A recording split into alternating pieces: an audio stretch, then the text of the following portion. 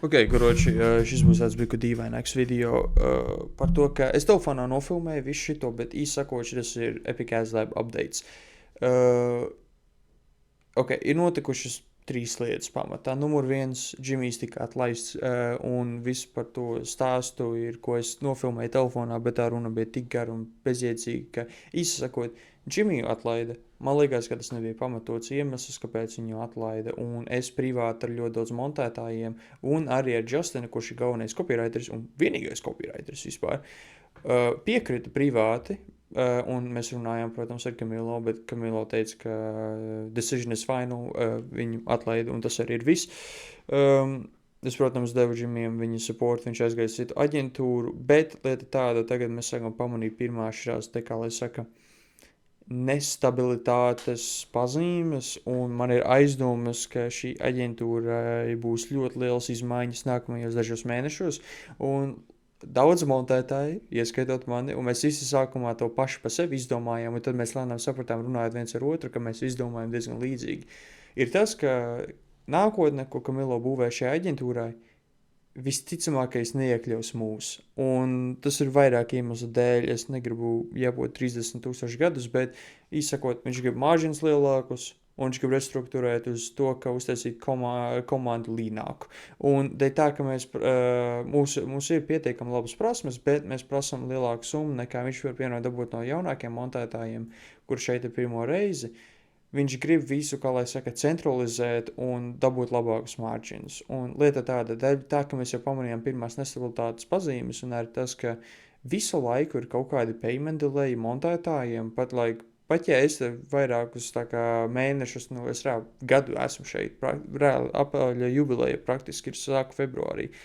Ir pat man visu laiku payments kavējās no šīs aģentūras. Protams, man personīgi tas baigi neko neietekmē, tāpēc, ka man citi klienti ir un bija arī tādi pat, tā kā es baigi par to neuztraucos, bet citiem montētājiem tā ir diezgan nopietna lieta. Un tagad ir 23. februāris un mēneša beigās, kad visi izsniegs invoices, es varu sadarīt, ka būs riktīgs delays, tāpēc, ka ir daudz montētāju, kur ir izdarīt daudz tikets, un visiem ir jāsamaksā kaut kādas summas, un tāpēc būs visādi kavējumi, kas, protams, iznīcinās šito te uzticamību no montēšanas prasmes uz, nevis prasmes, bet montētājiem uz pašu Kamilo, un tur varētu būt arī konflikts nākotnē. Lieta tāda. Protams, mēs visi vecie montētāji, ja sākam šīs pazīmes pamanīt, un ne tikai mēs jau pamanījām, mēs sākām spriest viedokļus, ka katrs individuāli saprata, te kaut kas nav labi, mums vajag kaut kāda backup plāna. Un dēļ tā, ka mēs viens otru labi pazīstam, mēs zinām viens otru prasmes, un mēs labi strādājam kopā, ienāca ideja tāda, ka iespējams mēs visi vienkārši, pateikšu godīgi, vienkārši jump ship. Tāpēc, ka tur ir tās nestabilitātes pazīmes, un tas, ko Kamilo dara, pat ja mums patīk, man patīk Kamilo personīgi, bet tas, ko viņš dara, manuprāt, nav loģiski, vismaz no manas skata punkta informācija, kas man ir dota.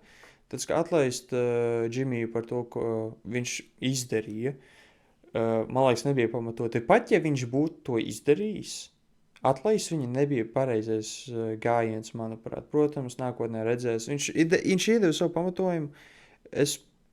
Es saprotu, bet es nepiekrītu. Un arī Justins privāti nepiekrīta. Tā, kad runāja ar Kamilu, viņš baigi nekomentēja daudz, bet es saprotu, kāpēc. Bet pārējiem montētāji, piemēram, Imrans, Renzo, Ali, citi, kurš ir dahoja montētāji, piekrītam, ka nevajadzēja Džimiju atlaist. Protams, šis ir viss pieņemot tikai ar informāciju, kas man ir dota. Protams, varbūt bija kaut kas aizmugurē, kas man netika teikts. Bet runājot ar Kamilo, viņš teica, decisions final. Man ir vienalga, mums vajag izdarīt šito un šito, viņš pats pārņems tas. Un beigās man tagad būs tas jādara. Kroči, man būs jāpārņem viņa pozīcija nākamēnes, lēnām integrēties, bet kroči, es oficiāli sāku no 1. aprīļa. Bet lieta tāda. Man jau tā ir daudz kas cits noteikti paralēli, un runājot ar to, ka citi montētāji, piemēram, Imrans, viņš skailo ar citu aģentūru, kur viņš, ne īsti aģentūru, bet ar citu klientu, kur viņš nesen pieņēma Džimiju. Viņi tur ir iesaistīti, ka ir referu un tam līdzīgi, ja. Un dēļ tā, ka viņš skēlo diezgan agresīvi, viņam visticamākais vajadzētu man talantu tik un tā. Un viņš man pats pateica, jo tev ir ļoti labs talants, tu vari izdarīt šito, un man nopietni varbūt šitai tam klientam vajadzēs tev palīdzību. Un arī dēļ tā, ka Kamilo te bija tāda, nestabili ir, es tev ieteiktu vismaz paskatīties, ko es piedāvāju. Un es teicu, zini ko, es piekrītu, es gribu vismaz redzēt, ko tu piedāvā. Protams, tas nav tā kā uzreiz tagad, tas būs kaut kā tālāk nākotnē. Bet, jebkurā gadījumā es turu savas opcijas vaļā, tāpēc, ka tas, kas te pagaidām notiek, ir fucking aizdomīgi. Te ir biku, te ir no bueno, es pateikšu godīgi, te vienkārši nav kaut kas kārtībā. Un tas notika diezgan strauji. 2 mēnešu laikā. 2 mēnešus atpakaļ viss bija perfekti. Mēs bijām, bļēģi, uz mēnešu praktiski, ja viss bija brīnišķīgi.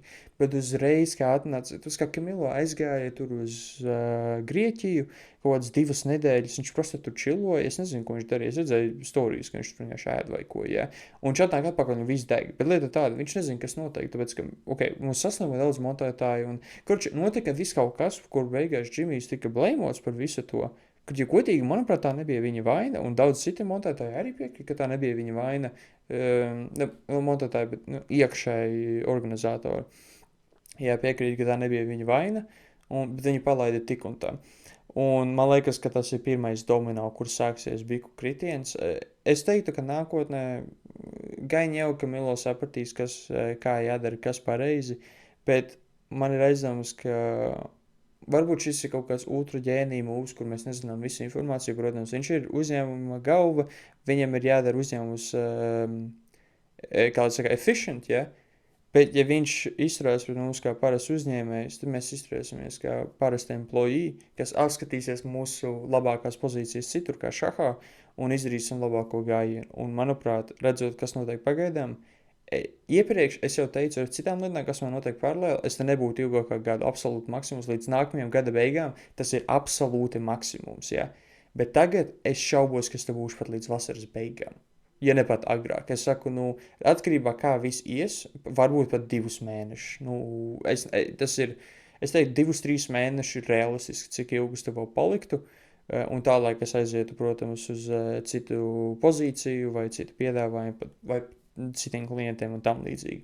Tāpēc, ka, ja viss turpināsies iet pilnīgi tāpat, kā tagad ir, šis nav labi. Pat ja es paņemu to pozīciju, kur, protams, normāla auga kopā, ja man tur sanāktu par šito vienu pozīciju, man sanāk kaut kādi 4000 mēnesī, kas ir, ok, bet, tas, ka pieņemot, cik daudz, kas tur jādara, un tas, ka es nevaru baigi nekādus procentus paņemt, es nevaru to es pat nezinu, vai tā ilgtermiņā ir labs dīls. Es man liekas, paņemšu to pozīciju tik un tā, lai saprastu, kā viņi operē, un tam visu redzēt to backend, biku labāk un runāt ar klientiem, bet ilgtermiņā man liekas, ka man būtu izdevīgāk paņemt pozīciju pat taisno vienkārši citā kompānijā ar pilnīgi svaigu skatu un ņemt jau procentus, pēc es gribētu tos divus darīt tik un tā.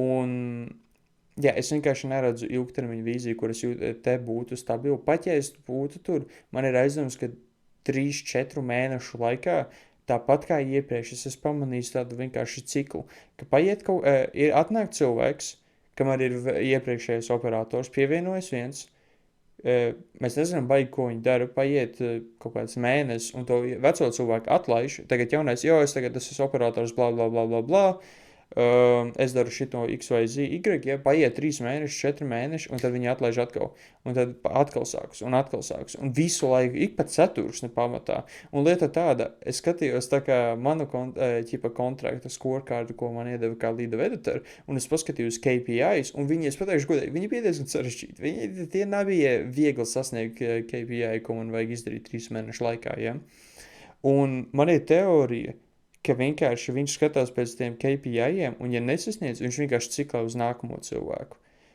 Kas es saprotu, kā uzņēmumam tas ir bet lieta tāda, tie cilvēki arī negrib baigi palikt ilgi, tāpēc, ka tā auga, salīdzinot ar citiem uzņēmumiem, kur, piemēram, es runāju ar Imrānu, viņš jau strādā ar citiem arī kompānijām, ja?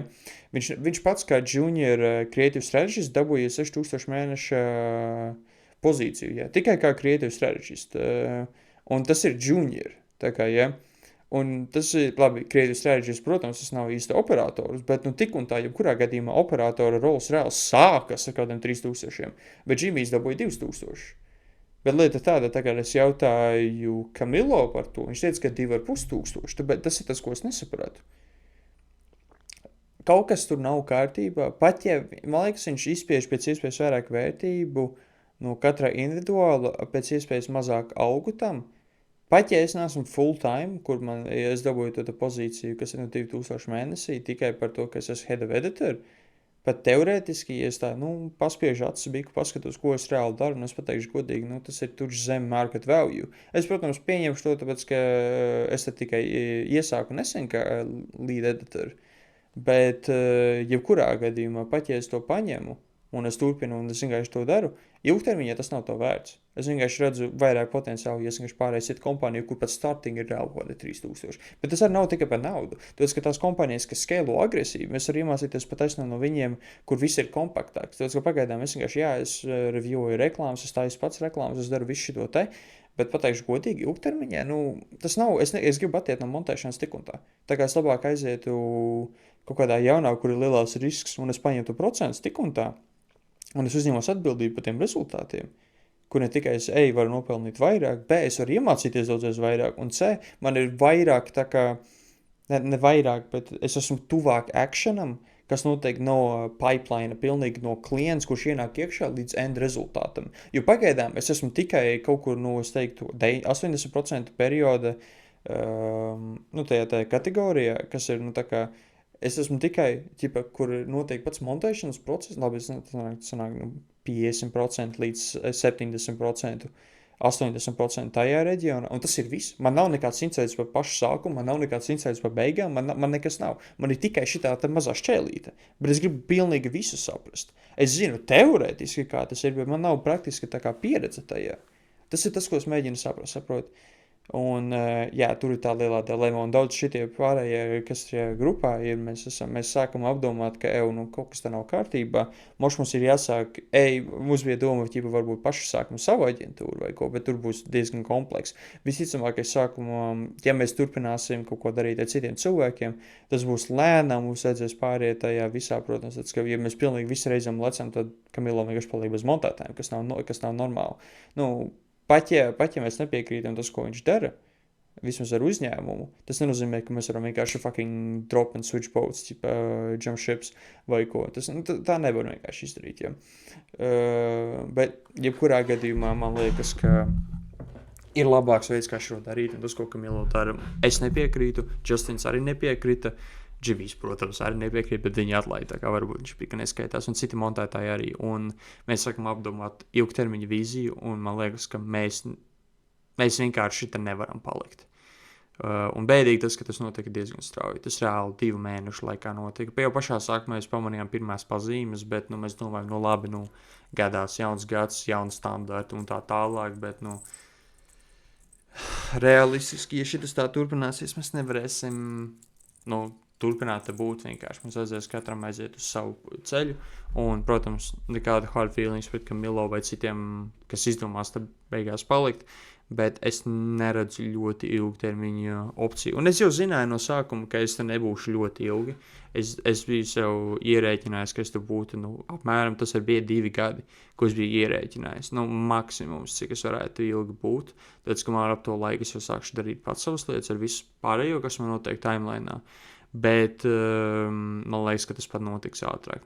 Gads ar pusi maksimums, absolūti maksimums. Es šaubos, ka es te būšu līdz vasaras beigām. Es ļoti šaubos. Ja nebūs kaut kas miracle vienkārši, kas notiks un viss mainīsies un blā, blā, blā, X vai Z paliks, tad jā, visticamākais vasaras beigās es te vairs nebūšu. Un man jau pateica, ka Imrans nākošu mēnešu beigās pamet. Man ir aizdomas, ka vēl viens montētājs varētu pamest. Es vēl nezinu, es neesmu ar viņu runājis par to, bet man ir aizdomas.